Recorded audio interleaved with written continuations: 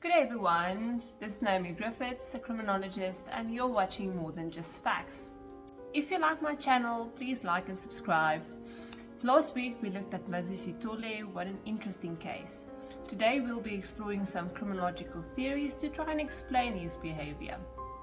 Criminological theories are the foundation of how we understand crime, why people offend, how society responds to crime, and what we can do to prevent crime.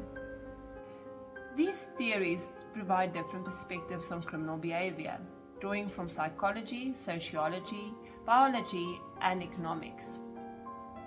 Let's take a look at some of the major criminological theories. Firstly, the classical theory, with founders Cesare Beccaria and Jeremy Bentham. It is stated in this theory that crime is a rational choice. People weigh the pros and cons before deciding to break the law. This theory suggests that punishment should be swift, certain, and proportionate to deter crime. Next, the biological and psychological theories, who was founded by Cesare Lombroso. These theories argue that criminal behavior is influenced by genetics, brain function, or personality traits. Factors like impulsivity can increase the likelihood of offending. Next up is the social structure theories. For example, strain theory by Robert Merton states that crime occurs when individuals experience a gap between societal goals, like for example wealth and success, and the means available to achieve them. And then also social disorganization theory by Shaw and McKay, which dictates that crime is higher in neighborhoods with weak social institutions, poverty, and instability. Crime is shaped by a person's environment. Poverty, lack of education, and social inequality may push a person towards criminal behavior. Then we look at the social process theories. These theories emphasize learning and social interactions in shaping criminal behavior. First up is differential association theory by Edwin Sutherland, and states that crime is learned through interactions with others. If someone associates with criminals, they are more likely to commit crimes. Then we also need to look at social learning theory by Albert Bandura, which states that people imitate criminal behavior when they see others being rewarded for it. Lastly, neutralization theory by Sykes and Matza, which states that offenders justify their crime, like for instance saying no one got hurt or they blame the victim. Control theories focus on why people don't commit crime.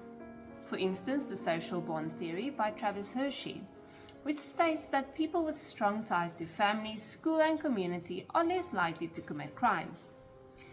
Then also the self-control theory by Gottfredson and Hershey, that states low self-control, often developed in childhood, leads to impulsive and criminal behavior. Critical and conflict theories, on the other side, are theories that argue that crime is shaped by power struggles and inequality, like Marxist criminology by Karl Marx and Willem Bonker. Crime results from class struggles and capitalism. Basically that the rich make laws to protect themselves and criminalize the poor. Then labeling theory by Howard Becker, which states that being labeled as a criminal can influence a person's identity and future actions. Society's reaction to crime can sometimes push individuals further into deviant behavior. Lastly, some contemporary theories, like routine activity theory by Cohen and Felsen, which states that crime occurs when three things align: a motivated offender, a vulnerable victim, and the lack of capable guardians. This theory is key in prevention strategies. The broken windows theory by Wilson and Kelly states that small signs of disorder like broken windows encourage more crime in an area. Then the general strain theory by Robert Agnew, which states that crime occurs when individuals experience stress, frustration, and negative emotions. Understanding these criminological theories not only helps us to understand crime better, but also to develop policies, policing strategies, and rehabilitation programs. Moses Sithole, one of South Africa's most notorious serial killers, was responsible for the murders of 38 victims between 1994 and 1995. This behavior can be analyzed using various criminological theories. Let's explore some of those. Let's look at biological and psychological theories. First up, we have the psychopathy and antisocial personality disorder, or APD. Sithole displayed characteristics associated with psychopathy, like lack of empathy, manipulation, and deceitfulness. His ability to charm the victims before killing them aligns with traits of psychopathic killers. Secondly, childhood trauma and attachment theory. Sithole was abandoned as a child, lived in an orphanage where he was allegedly abused, and had a difficult upbringing. According to attachment theory, early neglect and trauma can lead to a lack of emotional regulation and increased aggression in adulthood. Next up, let's look at the psychodynamic theory by Sigmund Freud. Freud's theory of personality suggests that unresolved childhood trauma can manifest as violent or antisocial behavior. Sithole's traumatic childhood, including the abandonment by his mother and the alleged abuse in the orphanage, may have contributed to his rage and manifested in the crimes in his adult life. Let's look a little bit at social learning theory.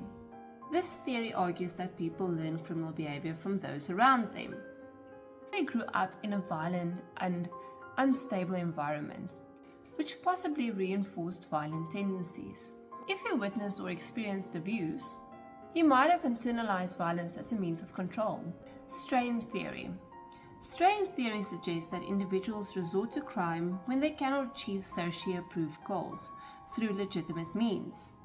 Sithole faced poverty, unemployment, and social marginalization, which may have contributed to his criminal behavior.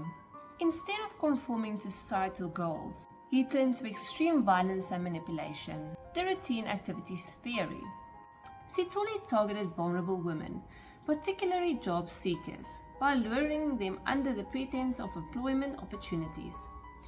Routine activity theory suggests that crime occurs when three factors align. First, a motivated offender, which was Sithole. Second, vulnerable victims, which was women that were seeking employment. And thirdly, the absence of a guardian. The victims were isolated and unprotected. As with most serial offenders, Moses Sithole's criminal behavior can't be explained by only using one single theory. Instead, it is likely the result of multiple factors, including psychological disorders, childhood trauma, learned behavior, and societal influences. Understanding these theories helps criminologists analyze offenders and develop strategies for prevention, profiling, and intervention. Would you like me to expand on any of these theories in more detail? Please let me know in the comments. Next time we will look at a different serial killer, Cedric Marquet, also known as the Wimmerband serial murderer. Thank you for watching More Than Just Facts with me, Naomi Griffiths. Until next time, stay safe and stay sharp.